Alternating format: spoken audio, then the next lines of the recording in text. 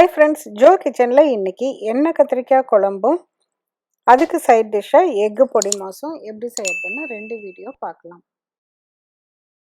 Please சேனலை subscribe பண்ணுங்கள், bell ஐக்கானையும் மறக்காமல் ப்ரெஸ் பண்ணுங்கள். எண்ணெய் கத்திரிக்காய் செய்கிறதுக்கு தேவையான இன்க்ரீடியன்ட்ஸ் லிஸ்ட் இதில் இருக்குது. ஃபஸ்ட்டு கத்திரிக்காய் எடுத்து நல்லா கழுவிட்டு இந்த மாதிரி வகுந்து விட்டுருங்க. ஃபுல்லாக கட் பண்ணி தனித்தனியாக பிரிக்க வேண்டாம், முழு கத்திரிக்காயாகவே இருக்கட்டும். ஒரு பேனை அடுப்பில் வச்சுட்டு நல்லா சூடானதும் 4 டேபிள் ஸ்பூன் நல்லெண்ணெய் சேர்த்திக்கோங்க. கடுகு, வெந்தயம் இது போட்டு நல்லா பொரிஞ்சதும்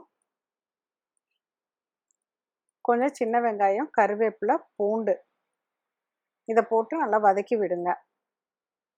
சின்ன வெங்காயத்தை முழுசாகவே போட்டுக்கோங்க. ஒரு பாதி அளவுக்கு நல்லா வதங்கினதும் இது கூடயே நம்ம வகுந்து வச்சுருக்கிற கத்திரிக்காயையும் சேர்த்திக்கலாம். கத்திரிக்காயை தனியாக எண்ணெயில் போட்டு வதக்கணும்னு அவசியம் இல்லை, இதுலேயே போட்டு வதக்கி விடுங்க.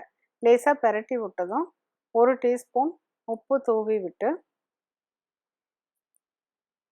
ஒரு கிளறி சிம்மில் வச்சு மூடி வச்சுருங்க. கொஞ்சம் நேரம் அது வேகட்டும். உப்பு போட்டிங்கன்னா சீக்கிரமாக வெந்துடும். இப்போ இதை மூடி வச்சு வேகிறதுக்குள்ளே இதுக்கு தேவையான மசாலாவை அரைச்சிக்கலாம். ஒரு மிக்ஸி ஜாரில் ஒரு தக்காளி, பெரிய வெங்காயத்தில் பாதி வெங்காயம் போதும், அதுக்கப்புறம் 1/4 கப் துருவின தேங்காய் இதெல்லாம் எடுத்துக்கிட்டு இது கூடயே மஞ்சத்தூள், மிளகாத்தூள், கொத்தமல்லி தூள், இது கூட சாம்பார் பவுடர் 1 டீஸ்பூன் போட்டுக்கோங்க. நல்லா டேஸ்ட்டு கொடுக்கும்.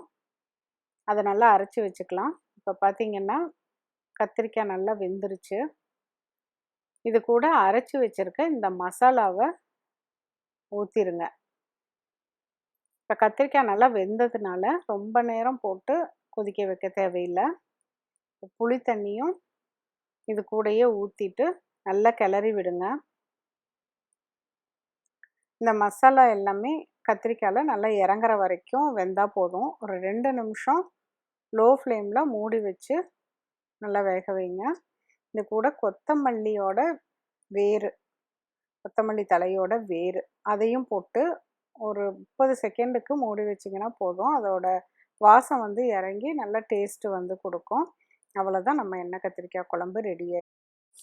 இப்போ முட்டை பொடி மாஸ் எப்படி செய்கிறதுன்னு பார்க்கலாம். முட்டை பொடி மாஸ் செய்கிறதுக்கு தேவையான இன்க்ரீடியன்ட்ஸ் இந்த லிஸ்ட்டில் இருக்குது. இது செய்கிறதுக்கு 4 முட்டையை உடச்சி ஒரு பவுலில் ஊற்றி நல்லா ஃபோர்க்கில் வச்சு பீட் பண்ணி எடுத்துக்கோங்க. லேசாக உப்பு சேர்த்து கலக்கி எடுத்து வச்சுக்கோங்க.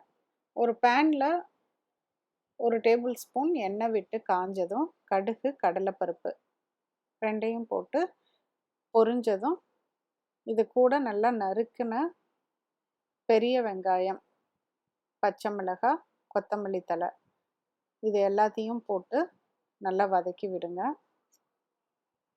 சின்ன வெங்காயம் போட்டாலும் நல்லா டேஸ்டியாக இருக்கும். முட்டையிலேயே உப்பு போட்டிருக்கனால இப்போ இந்த வெங்காயத்தோடு மிக்ஸ் பண்ணுறதுக்கு கொஞ்சம் கம்மியாகவே உப்பு போட்டுக்கோங்க. உப்பு போட்டு நல்லா வதக்கி விடுங்க. இப்போ வெங்காயம், பச்சை மிளகாய், கொத்தமல்லி எல்லாமே நல்லா வதங்கினதுக்கப்புறம் நம்ம மிக்ஸ் பண்ணி வச்சுருக்க இந்த முட்டையை அப்படியே கலக்கிட்டே ஊற்றுங்க.